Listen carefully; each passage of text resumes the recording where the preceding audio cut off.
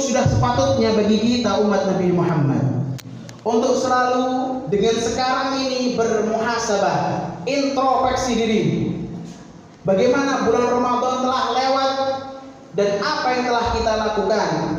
Apakah kita telah menunaikan semua kewajiban Allah Subhanahu wa taala, atau bahkan kita telah bermaksiat di bulan Ramadan? Dari sekarang kita bertaubat kepada Allah Subhanahu wa taala. Tubu ilallah. Allahu akbar walillahil hamd. Alhamdulillah, segala puji bagi Allah taala, Tuhan alam semesta. Berkah hidayahnya dan anugerahnya kita bisa berkumpul sekarang ini di hari yang fitri ini untuk mengagungkan syiar Allah Subhanahu wa taala. Dan orang yang mengagungkan syiar Allah Subhanahu wa taala, maka orang tersebut adalah orang yang bertakwa kepada Allah Subhanahu wa taala. Dan perlu diketahui beberapa hal yang disunahkan di bulan fitri ini atau di hari yang fitri ini ialah Nabi SAW menjelaskan zainul aidain bitahlil wa takdis wa tahmid wa takbir. Disunahkan di hari Idul Fitri ini, kata Nabi Muhammad, ialah beliau mengatakan, hiasilah hari raya kalian, hari Idul Fitri atau hari Idul Adha kalian dengan memperbanyak ucapan tahlil, yaitu ucapan kalimat la ilaha illallah, ucapan takdis, ucapan kalimat subhanallah. Perbanyak lagi, kata Nabi Muhammad, dengan ucapan tahmid, ucapan alhamdulillah, dan tidak lupa juga perbanyak dengan kalimat takbir Allahu akbar. Ma'asyiral muslimin yang dimuliakan oleh Allah Subhanahu wa taala, hendaknya kita tahu bagaimana sebenarnya hakikat hari raya Idul Fitri. Hari raya dengan segenap kegembiraan yang kita miliki saat ini. Cuman hakikat hari raya Idul Fitri bukanlah dengan berpakai pakaian yang bagus atau dengan pakai pakaian yang dibanggakan yang mahal.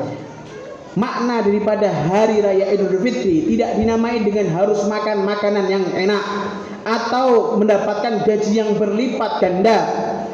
Namun hakikat hari raya Idul Fitri adalah yang telah diterangkan oleh beliau Sayyidina Ali bin Abi Thalib. Beliau mengatakan laisal 'id liman labisal jadid wa innamal 'id liman ta'atuhu tazid. Beliau Sayyidina Ali memberikan definisi hakikat bagaimana hari raya Idul Fitri sesungguhnya, hingga beliau mengatakan bukanlah hari raya Idul Fitri harus dengan pakaian yang bagus, harus dengan pakaian yang mewah, namun hakikat Idul Fitri jika ketakwaan kita kepada Allah bertambah.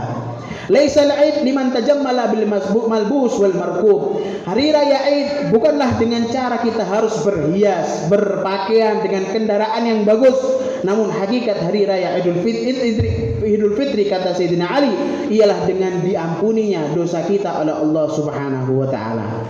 Untuk itu, pakai pakaianmu, syukuri kenikmatan Allah Subhanahu wa taala, karena Allah Subhanahu wa taala adalah zat yang maha indah dan memberikan keindahan. Namun jangan sombong dengan pakaian tersebut. Maka jangan sesekali kita pakai pakaian yang diharamkan oleh Allah. Pakai pakaian yang baru bagus, pakai pakaian yang disunahkan bagus, tetapi jangan pakai pakaian yang diharamkan oleh Allah. Dua hal pakaian yang diharamkan oleh Allah, dua hal yang diharamkan oleh Allah Subhanahu wa taala. Kata Nabi sallallahu alaihi wasallam, "Hadza haramun 'ala dhukur ummati halal inatihim." Ada dua hal yang diharamkan oleh Allah, yaitu emas dan sutra bagi kaum laki-laki. Maka kata Nabi Muhammad sallallahu alaihi wasallam, "Man labisal harir fid dunya albasahullahu thawban min nar yaumal qiyamah." Barang siapa yang dia pakai sutra bagi kaum laki-laki di dunia, maka Allah akan memberikan pakaian kehinaan kelak di hari kiamat. Maka di dalam hadis pun dikatakan, man labitha thawban syahratan fid dunya albasallahu thawban mudhillah yaumal qiyamah. Dan kemudian selain emas dan perak, emas dan sutra yang diharamkan bagi kaum laki-laki, maka diharamkan juga pakai pakaian yang biasa, bukan terbuat dari sutra, tapi pakaiannya pakaiannya diliputi dengan kalimat sombong atau dengan sifat yang sombong. Dan barang siapa yang seperti itu, kata Nabi Muhammad, maka kelak di hari kiamat akan diberikan pakaian kehinaan di hari kiamat kelak. Untuk itu ikutilah para ulama, bagaimana mereka berpakaian. Sebagian dari mereka bahkan di hari raya Idul Fitri pakai pakaian yang biasa, enggak pakai pakaian yang baru, pakaian mereka pakaian yang biasa. Seperti Syekh Ahmad Zaini Dahlan. Beliau Syekh Ahmad Zaini Dahlan ketika hari raya Idul Fitri, beliau pakai pakaian yang biasa. Beliau tidak beli pakaian yang baru. Ketika orang-orang bertanya, "Wahai Syekh, kenapa engkau tidak pakai pakaian yang baru?" Maka beliau mengatakan, "Akhafu an yankasira qalbul fuqara idza labistu jadidan." Aku takut kalau seandainya aku pakai pakaian yang baru akan menyakiti hati orang-orang yang fakir dan miskin. Maka untuk itu aku tidak pakai pakaian yang baru. Pakai pakaian yang baru tidak apa-apa, tapi jangan sombong atau jangan berlagak hingga membuat sakit orang-orang fakir dan miskin. Jangan memakai pakaian yang berasal dari harta yang diharamkan oleh Allah atau sesuatu yang syubhat. Harta yang demikian kelak akan dihisab oleh Allah. Pakaian yang terbuat dari sesuatu yang haram atau dihasilkan dari pakaian yang haram, maka akan dihisab oleh Allah Subhanahu wa taala dan kelak ada siksanya kelak di akhirat. Dan amaliyah atau perbuatan amal kebaikan yang dibarengi dengan pakaian yang diharamkan oleh Allah, maka amaliyah tersebut walaupun baik tetap ditolak oleh Allah Subhanahu wa taala. Beliau Sayyidina Umar bin Khattab mengatakan, "Man ishtara thawban bi asyrati darahim wa fihi dirhamun haram, lam yaqbalallahu lahu shalah ma dama alaih." Barang siapa yang dia beli pakaian 10 dirham, namun 1 dirhamnya dari hasil yang haram, maka pakaiannya tersebut tidak akan pernah diterima oleh Allah Subhanahu wa taala. Amalan dari pakaian tersebut tidak akan pernah diterima oleh Allah. Beli pakaian dengan harga 200.000, tapi 20.000-nya dari barang yang haram, dari hasil yang haram, maka ibadah dengan pakaian tersebut tidak akan pernah diterima oleh Allah Subhanahu wa taala. Kemudian pakaian yang haram juga menyebabkan doa kita tidak akan pernah diangkat oleh Allah Subhanahu wa taala. Nabi pernah mengatakan, ada seseorang yang pakaiannya compang-camping, penuh dengan debu, orang yang sangat miskin. Kemudian dia mengangkat kedua tangannya ke langit hingga mengatakan, "Ya Rabb, ya Rabb." Dia berdoa kepada Allah. Namun makanannya haram, mat'amuhu haram, wa mashrabuhu haram, minumannya juga dari yang haram, wa malbasuhu haram, pakaiannya juga dari pakaian yang haram, kata Nabi Muhammad. Fa kaifa yustajabu lahu? Bagaimana mungkin Allah Subhanahu wa taala mau mengijabahi doa yang telah dia panjatkan? Maka untuk itu jadilah orang yang muslim qanaah. Muslim yang qanaah, menerima apa yang telah diberikan oleh Allah Subhanahu wa taala. Karena qanaah adalah pusaka yang paling harus dimiliki oleh orang-orang muslim dan pusaka yang tidak akan pernah sirna. Qanaah adalah bekal di dunia dan di akhirat. Qanaah adalah bekal yang bisa membuat kita sukses dan terhindar dari sikap rakus di dunia dan di akhirat.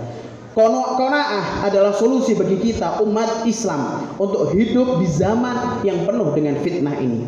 Zaman yang penuh dengan kebohongan. Zaman yang tidak ada lagi moral, tidak lagi ada akhlak. Miris dengan akhlak, miris dengan adab. Sebagaimana Habib Abdullah bin Husain bin Thahir, beliau memberikan resep bagi kita untuk bisa hidup enak di dunia dan di akhirat. Beliau mengatakan, "Idza aradta salamah min daril khulul fa inna bil qanaah war ridha wal khumul."